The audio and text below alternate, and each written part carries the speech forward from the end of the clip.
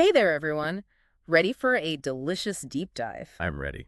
Today, we're tackling Japanese sake, but going way deeper than the basics. Oh, yeah. Our source is the Japan Sake and Shochu Makers Association's guide. It's amazing. Yeah, it's incredibly thorough. Which is great because sake is so much more than what people think. Right. It's got a whole culture around it. Exactly. We'll cover that, plus how it's made, all the different kinds, and even how to enjoy it properly. That's right. Get you all drinking sake like pros. Love it. So, first things first. For someone who's never tried sake, how's it different from, say, wine or beer? Well, it is rice-based. That's the obvious one. Right. But beyond that. Well, appearance-wise, it's kind of like white wine. Hmm? Clear, maybe a bit yellow. Okay, so visually similar. Yeah. And the alcohol content, that's usually between 13% and 17%. Okay, so stronger than beer usually. Yeah, more like wine strength. But the taste is where it gets different, right? That's where the magic is. Because I've heard people say sake is delicate, but is that accurate? Delicate is a good starting point, yeah. Okay. Like it doesn't have that sharpness you get in some wines. Right. The acidity, bitterness, that kind of bite. Sake doesn't do that. More mellow then. Very much so. Yeah. And there's this big umami component, too. Ah, umami. That savory depth. You got it. Like, imagine a really good mushroom broth, that kind of thing. Yeah. Sake has way more of the amino acids that make umami compared to wine or beer. Interesting. So it's got this unique umami-rich flavor, and we can't ignore the connection to Japanese food. Oh, absolutely. Japanese cuisine is exploding globally. Right. Sushi, ramen, everyone loves them. Exactly. And sake goes so well with those dishes. It's like they're made for each other. Makes sense. But here's the thing. Oh, there's more? Sake isn't limited to just Japanese food pairings. Wait, really? Yeah. Because it's so mild, it can work with other cuisines, too. I never would have thought of that. It's surprisingly adaptable. French, Italian, even Chinese. You can find pairings for all of them. Wow, okay. I'm already getting thirsty. Me too. But before we get to actually drinking sake, let's talk history a bit. Sure. Because this drink's been around for ages, right? Oh, yeah. Over 2,000 years. Wow. And it's so deeply rooted in Japanese culture. Even the word sake itself has multiple meanings. It's true. The language around sake is fascinating. Right. Like sake can refer to any alcoholic drink in Japan. Yeah, it's the general term. But when they mean specifically what we think of as sake, they'll use different words, right? Exactly. Words like nihonshu or seishu. Nihonshu, seishu. Gotta love those names. Right. Nihonshu literally means Japanese alcohol, and seishu means clear alcohol. Okay, so that really pinpoints it. Yeah. Yeah. But the thing is, sake didn't just appear in Japan fully formed. It had to come from somewhere. Its origins are actually in China. Oh, interesting. That's where rice cultivation and mold-based brewing started. Ah, so those techniques traveled to Japan. Exactly. And over centuries, the Japanese refined it into the sake we know today. Wow, so it wasn't just a straight copy, they made it their own. Absolutely. Yeah. But it's more than just the process. It's how sake is woven into Japanese life itself. You're talking about the Shinto rituals. Yeah. And agricultural practices, all kinds of customs. Sake wasn't just a drink, it was an offering to the gods. Right. A symbol of unity, of good harvest. And they still do that today. Absolutely. You see offerings at shrines, sake as gifts, at festivals, weddings. It's everywhere. That's so cool. And there's that tradition of families drinking sake together on New Year's, right? Yeah, for good health and long life. It really shows you how sake is part of the essence of Japanese culture. It's more than just a drink to them. It really is. And speaking of cultural connections, everyone thinks of cherry blossoms with sake. Oh, yeah. Classic image, right? Spring in Japan, those beautiful pink petals. Exactly. But sake isn't just a springtime drink. Oh, is there more to it? It's a year-round thing. Each season has its own customs where sake plays a part. Really? Like what? Well, for example, in autumn, you have moon viewing with chrysanthemum petals floating in your sake. Oh, wow, that's elegant. Right. And in winter, it's about appreciating the snow while you sip. Okay, so each season has its own sake vibe. And the food changes, too. The dishes they pair with sake are different throughout the year. That's so thoughtful, like a complete sensory experience. It really is. Now, this might surprise some people, but warm sake is a thing. Really? I always thought it was only served cold. That's a common misconception. Chilled sake is popular, especially the newer, lighter types. Okay. But warming sake goes back centuries. Huh. Interesting. How far back are we talking? Well, back in the 9th century, aristocrats warmed sake to entertain guests. Fancy. And by the 18th century, it was super common. Wow. Even doctors were saying it had health benefits. So there's tradition behind both warm and chilled sake. Absolutely. And it's funny because chilled sake also has old roots.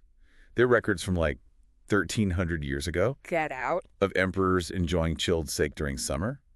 Must have been a luxury back then. I bet. Okay, so we've got this drink enjoyed for over 2,000 years, deep cultural ties, customs for every season. But how do they actually make this magical stuff? Yeah, the production process is pretty cool. It's got to be more than just throw rice and water, right? Yeah, it's way more than that. It's multi-step, meticulous. Each part matters. All right, take me through it. Where does it all begin? It all starts with the rice, but not just any rice. Oh, special sick rice. You got it. They use a type called japonica, specifically sake rice. Okay, and what makes that so special? It's got larger grains and lower protein than your average rice. Ideal for brewing. I see, so even the rice itself is chosen carefully. Absolutely. And the water matters too. Oh, right. Japan is known for great water. Abundant, good water, yeah. But they're still super picky about it. Really? Picky about water. The iron content has to be just right. Too much iron messes with the sake's look, smell, and taste. Wow, so every little detail matters. So we've got the rice, the perfect water. What's next? Well, they don't just chuck it in a pot and boil it or anything. Right. More complicated than that. One of the key steps is polishing or milling the rice. Basically, they remove the outer layers of each grain. What? Why do they do that? Because those outer layers have stuff that can make the sake taste bad. Fats, proteins, minerals, all that. Yeah. They want the pure starch at the heart of the grain. So it's like purifying the rice. In a way, yeah. And how much they polish off, that varies. Okay. But a common example is 70% polished rice. So that means... They remove 30% of the outer layers. You hear this called my boy, which is just the polishing ratio. See my boy. Got it. So the rice is all prepped, polished. Then what? How do we actually get from rice to alcohol? Ah, now we get to the magic part. It's all thanks to something called koji. Koji. I feel like I've heard that before. Is that involved in fermentation? You're on the right track. Yeah. See, unlike grapes, which have sugar ready to ferment, rice is mostly starch. Right. So you got to break that starch down into sugar before fermentation can happen. I see. That's koji's job. It's like the key that unlocks the whole process. Cool. So basically, koji is steamed rice that they grow a special mold on. A mold. Like, is that safe? Oh, yeah, totally. This is Aspergillus or Ascaris. It's a good mold. Okay, if you say so. What it does is it makes enzymes that break down the starch into sugar. So is it kind of like malt in beer? They both help with that sugar conversion, right? Very similar concept. But this mold is specific to Asian brewing. It's used for miso, soy sauce too, not just sake. Okay, so it's a multi-purpose mold. But how do they even make this koji? That sounds complicated. It's actually pretty cool when I hear about it. Yeah. Yeah, there's a multi-day process. So they take the steamed rice and they introduce koji spores. Spores, like tiny mold seeds. Yeah, like that. And these spores, they germinate on the rice. Oh, wow. And spread their filaments. It's pretty wild that the whole rice grain gets covered in this fuzzy mold blanket. So it literally looks fuzzy. Oh, yeah, it's pretty cool. Yeah. And all those filaments are working, making enzymes to break down the starch. Gotcha. So we've got our fuzzy rice. What's next? Is it yeast time? It is yeast time. But before we get to the main batch, we got to make a starter. A starter, like sourdough. Kinda, yeah. It's called shubo, or sometimes moto. Think of it like a yeast nursery. Okay. It gets the yeast all strong and ready to ferment that big batch of rice. Cool. But rice doesn't have acid naturally, right? Nope, not really. And acid is important during fermentation, keeps things from going bad. Right. So the shubo needs to be acidic.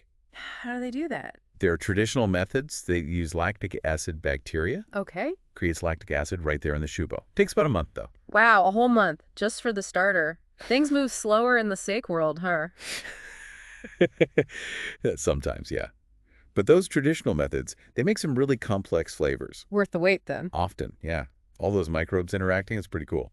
But these days, there's a faster way. Of course there is. Speeding things up. It's called sokujomoto. Much quicker, and it's what most brewers use now. What do they do differently? Simple. They add brewing-grade lactic acid directly to the shubo. No waiting for bacteria. Efficient. All right, so we've got our fuzzy koji, our acidic shubo, and our special sake yeast. Bring on the fermentation. Yeah, the main event. They combine everything in a big tank. Steamed rice, koji, water, and the shubo. Sounds simple enough. Just mix it all up and let it go wild, right? Not so fast. They don't just dump it all in at once. There's a trick to it. Oh. Tell me more. It's a gradual process, takes 4 days. They start with a small portion on day 1 along with the shubo. Why so little? Got to give the yeast time to multiply. They want it to take over the environment. Makes sense. Then on day 3, they add a bigger portion. And finally, the rest on day 4. So they're like feeding the yeast gradually, making sure it's strong. Precisely. If they added everything at once, the yeast would get too diluted. Fermentation would be slow and messy. Ah, so this way it's controlled. Exactly. The yeast has the perfect environment to thrive and do its thing. What about temperature? That's going to matter for fermentation, right? Oh, absolutely. Big time. Usually happens between 8 degrees C and 18 degrees C. And get this. What? The lower the temperature, the longer the fermentation takes, which affects the taste in the end. Oh, interesting. So just like with wine, temp is key. Very similar, yeah. Lower temps, like 12 degrees C or less, might take 4 or 5 weeks. Wow, that's a while. But you get a really delicate, fruity aroma and a clean taste. So the brewers can play around with that depending on what they want. Yeah, they've got a lot of control over the process. But on average, most fermentations take about 3 to 4 weeks. Okay, not too bad. So after all that, what's the alcohol content like? Around 17% to 20%. Whoa, that's pretty strong. It is, yeah. But hold on, we're not done yet. Fermentation's done. We've got this, well, probably pretty cloudy liquid. Got to turn that into clear sake. How do they do that? Next up is pressing. They separate the liquid from the solids, like rice and yeast and whatnot. So basically a giant sake strainer. Slaps. Yeah, kinda. More sophisticated than that. They use special machines nowadays. But yeah, same idea. What happens to all this stuff left behind? Did they just toss it? Nope, it's called sakekasu, and it's actually super useful. Really? What do they do with it? It has about 8% alcohol by weight, and it's super nutritious. Wait, so you can eat it? You can. People eat it as is, use it in pickling, even to make shochu, another Japanese alcohol. Whoa, so nothing goes to waste. I like that. Right, zero waste sake. But even after pressing, it's probably still cloudy, right? Yeah. Not quite that crystal clear look. You're right, gotta get rid of the last bits of cloudiness. How do they do that? Magic? Kinda. It's called sedimentation and filtration. They let the sake settle in a cool place so any particles sink to the bottom. Okay. Then they very carefully transfer the clear sake to a new tank, like decanting, but super precise. Aw, better. And then they filter it again. Sometimes they use charcoal to really make sure it's crystal clear. So we've gone from fuzzy rice to a perfectly clear liquid. That's pretty amazing. It is, right. But one more crucial step. Pasteurization. They call it higher. Pasteurization, like milk, killed the germs. Exactly. They heat the sake up around 60 degrees to 65 degrees C to kill anything that might be left and deactivate enzymes. Why deactivate the enzymes? What do those do? If those enzymes keep working, they can change the taste of the sake, make it sweeter, mess with the aroma. Oh, okay. Pasteurization locks in that perfect taste they're going for. So they're basically hitting pause on the whole process. Yeah, good way to put it. But even though it's important, sometimes pasteurization can make the sake taste a little rough. Makes sense. You're heating it up. Got to change things. So then comes aging. That smooths things out, brings back the harmony. Ah, aging like fine wine. Very much so. Usually 6 months to a year, often in tanks. Okay. Lots of brewers. They actually brew in autumn and winter after the rice harvest. I see. Then let it age all through spring and summer, so by the next autumn, it's ready to go. A whole year of flavor development. But wait, didn't we say the alcohol was like 17% to 20% after fermentation? Yeah, that's right. And that is kind of strong for most people. Right. So before they bottle it up, most producers add water. Brings the alcohol down to around 15%. Oh, so they fine-tune it to be perfect for drinking. Exactly. And sometimes they even filter and pasteurize it again at this point, just to be extra sure it's good quality. Wow, so much care goes into this. But now comes the part I'm really excited for. What makes each sake different? Yeah, that's where the real fun begins. Because there are so many types. I've heard all these names. Jinjo, Jinmai. I'm lost. It is a lot. Yeah. But there are some key categories that help. In Japan, they have this system called specially designated sake. Basically, the premium stuff. Okay, so like a quality stamp. What makes a sake specially designated? It's all laid out in their Liquor Tax Act, believe it or not. Really? Government-regulated sake. Oh, yeah, they're serious about it. There are rules about what goes in, how much the rice is polished, even how much alcohol they add, if any, that is. Wow, okay, so let's break it down. What are some of these designations? All right, well, you've probably heard the word Jinjo thrown around. I have, but no idea what it means. Jinjo is all about aroma. They use rice that's polished to at least 60%. So pretty highly polished. Yeah, at least 40% of the outer layer is gone. And that makes a lighter, more fragrant sake. Okay. Jinjo is known for this special aroma called jinjoka. Fruity, kind of like apple, pear, melon. Fruity sake. That sounds good. It is. Some even have lychee notes. It's pretty wild. So if I want something light and fruity, I look for Jinjo. That's a good starting point, yeah. But even within Jinjo, there's variety. Of course. Never simple, huh? Some brewers really emphasize that fruity aroma, while others focus on balancing that with a richer taste.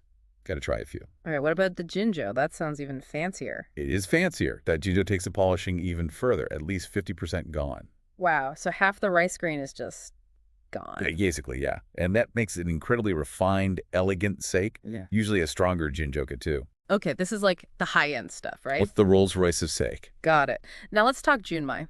That one always sounds so pure to me. It is about purity. Junmai sake has only rice, koji, and water. No extras. So it's showcasing the rice itself? Exactly. Yeah. And taste-wise, it's bolder, more robust than Jinjo or Daijinjo. Oh, interesting. So if I want something with more depth, Junmai is the way to go. Could be, yeah. It's got higher acidity, and that umami really comes through. Not for the faint of heart, flavor-wise. I like that. And of course, just to make things more complicated, there are subcategories within Junmai. Size, figures. Why make it easy? Well, you've got Tokubetsu Junmai, which just means special Junmai. Okay. But then it gets really cool. You've got Junmai Jinjo. Wait, hold on. It's both pure and aromatics. Exactly. They use the techniques for making Jinjo, that low-temp fermentation and all. But only those pure ingredients. So you get that beautiful aroma and the depth of Junmai. That's amazing. It really is. And then, of course, we have the king, Junmai Daijinjo. The name itself sounds super fancy. It is the top tier, the best of the best. Yeah. Pure, refined, perfectly balanced. Okay, that one is going on my list to try, for sure. It won't disappoint. Now, what about Honjozo? That one always throws me off. Hanjozo. That one's a bit different. It's not about aroma or purity as much as the others. Okay. It's about balance and being super versatile with food. So the all-rounder? Yeah, you could say that. They actually add a bit of brewer's alcohol to Hanjozo, just a touch. Why do they do that? It brings out certain flavors and makes it really good with a wide range of dishes. So it's not meant to be a solo act, more like a team player? Exactly. It enhances the meal, doesn't steal the show. I like that, the humble sake. But remember, all these designations, they're just the beginning. There's a whole world of other terms and types out there. Oh boy, bring it on. Lay some sake knowledge on me. Well, have you heard of Nigarizak? Nigarizake, I think so. Isn't that the cloudy one? That's the one. It's unfiltered, or sometimes just lightly filtered, so it's got that milky look, a little sweet, a bit creamy. Creamy sake? It's from those fine rice particles still in there. Totally different experience. Stronger rice flavor, cool texture. Okay, I'm intrigued. What else? There's Namazak, which literally means raw sake. Raw. Is that safe? Totally. Remember we talked about pasteurization? Well, Namazak skips that step. Wow, so it's like super fresh? It is. Really vibrant flavor. But you got to keep it in the fridge, drink it quick. It's like the limited edition sake? Kinda, yeah. Now, has you come across Koshu? Koshu, I have seen that on bottles, but no idea. Koshu is aged sake, like aged for a long time. Years, Yeah. decades, like a vintage wine. Exactly. And it changes the sake completely. The color can get golden, amber even. Wow. The aroma gets super complex. Yeah. Caramel, honey, dried fruits, even soy sauce sometimes. That's wild. So it's like the sake version of sherry or something? Very similar, yeah. And it can develop a verve bitterness, Yeah. which is unusual for sake, Yeah. but it adds to the whole experience. Okay, Koshu is definitely going on my list to try. It's an adventure. Mm. Now, there's also Genshu, which just means undiluted. No water added, so it's strong. Oh, yeah. Remember how they usually add water to lower the alcohol? Genshu skips that, Mm. so it's potent, and the flavor's really intense. Gotcha. For the hardcore sake drinkers, what else is there? Well, there's Taruzake. That's aged in cedar casks. Ooh, like whiskey. I bet that gives it a woody taste. Absolutely. It gets this special aroma from the wood. They call it kika. Very traditional, often used for ceremonies. Okay. Speaking of which, have you heard of Kagami Biraki? Kagami Baraki? Nope, that's one I haven't come across. It's a ceremony where they open a sake cask, usually Tarzai, with a wooden mallet. A mallet, like smash it open. Yeah. Big celebrations, weddings, festivals, that kind of thing. Sounds intense. Quite a spectacle. And then, For something totally different, we have sparkling sake. Wait, hold on. Sake and sparkle. Oh, yeah. Newer category, but it's getting popular. So like sake champagne. Exactly. And they're all kinds, from sweet to dry, clear to cloudy, you name it. Wow, okay. Sake is way more diverse than I thought. This is amazing. It really is. Cloudy sake, aged sake, sparkling sake. There's a whole world out there. And we've just scratched the surface. I feel like I've learned so much, but I'm also realizing how much more there is to explore. It's like a whole sake universe. It is. But before you get overwhelmed and run off to the sake store, there's one more thing we got to cover. How to actually taste and enjoy it all. Yeah, good point. What's the best way to approach a sake tasting? All right, tasting time. I'm picturing those cute little cups. What were they called again? Kikichuko. Kikichoko, right. Those tiny white ones. Yeah, those are what the pros use. Yeah. Perfect for seeing the sake's color and how clear it is. Okay. But I don't have a set of those lying around. Can I just use a regular glass? You can, yeah. A wine glass is fine, actually. Yeah. Especially like a Bordeaux glass, that shape. Okay, good to know. So I've got my glass. What's next? Well, temperature matters a lot with sake tasting, just like wine. Right. We want it between 18 degrees C and 20 degrees C, ideally. Why that specific temp? Is it just preference? It's about getting the best balance. You can really pick up all the aromas and taste without overwhelming your senses. Okay, so no chugging sake straight from the fridge then. Not for a proper tasting, no. Yeah. This is about savoring it. And just like with wine, there are some steps you can follow. All right, lay 'em on me. What's step one? First, just look at the sake. What color is it? Okay, color. Is it totally clear, a bit yellow, maybe even golden? Okay. And check how clear it is, too. Is it crystal clear or a little cloudy? Okay, so that can tell me something about the type of sake. It can, yeah. Little clues. Cool. What's next? Smell, I assume? Yep, aroma time. Yeah. But with sake, there are 2 aromas to pay attention to. 2? Okay, I'm all ears. So you've got wood de chica. That's the aroma you get when you first bring the glass to your nose. So first impression. Exactly, just that initial whiff. Then there's fukumika, which is the aroma after you take a sip. Oh, so how the smell changes in your mouth? Yep, as the sake mixes with your saliva, all that. It's a different experience. Interesting. Okay, so 2 aromas to look for. Do I swirl the sake like I do with wine? Not really, no. Yeah. Sake's aromas are delicate, and swirling too much can make them disappear. Oh, okay. Just a gentle swirl, or even just let it sit in the glass for a bit. Got it. Gentle with the sake. Okay, so I've looked, I've smelled. Now, finally, the tasting. Yeah, the main event. Take a small sip, like 5 milliliters, Oh, it's 5 milliliter. Okay. and let it coat your whole tongue. The whole tongue. Why? Different parts of your tongue taste different things, right? Yeah, I think I remember that from school. Sweetness at the tip, bitterness at the back, all that. You want the full experience. It's like a tongue map of flavors. Exactly. As you taste, pay attention to everything. How sweet is it? Sour, bitter, that savory umami, even saltiness. Some sakes have a hint of that. Okay, lots to look for. What about the texture? Yeah, texture matters too. Mm-hmm. Is it smooth, silky, or maybe more full-bodied? And of course, the aftertaste, how long it lingers. The finish. Yeah, with sake, you're not always looking for a super long finish like with some wines. Often a clean, crisp finish is a sign of quality. Got it. Okay, I think I can handle all that. Any other pro tips for tasting? Most importantly, just be open to new things. Sake is a journey. Each sip is a discovery. I like that. Try different kinds, different temperatures, see what you like best. There's no right or wrong here. Great advice. Speaking of temperatures, let's talk serving. Chilled, warm. How do I know which is which? Good question. Temperature is key to enjoying sake properly. The light, delicate ones, like Jinjo and Dojinjo, they're usually served chilled. So similar to a white wine. Yeah, think 8 degrees to 10 degrees C. Chilling really brings out those subtle aromas and makes them super refreshing. All right, chilled sake. Got it. Now, warm sake. That's always intrigued me. Yeah, it's called cam. Usually the fuller-bodied sakes like Junmai or Honjozo can be warmed up. What does that do to the taste? It brings out those earthy, savory notes. Makes for a cozy, comforting experience. Okay, so how warm are we talking? Depends on the sake and your preference. Okay. But generally, 40 degrees C to 50 degrees C is a good starting point.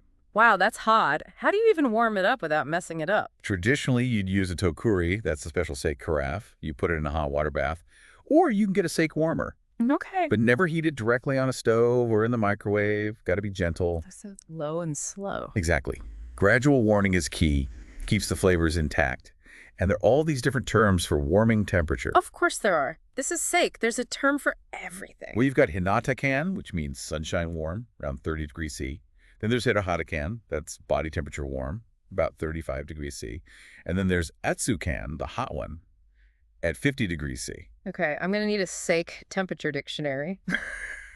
It's a lot to learn. But the point is, with sake, it's not just about the technical stuff. It's about the feeling, the whole experience. I'm getting that, yeah.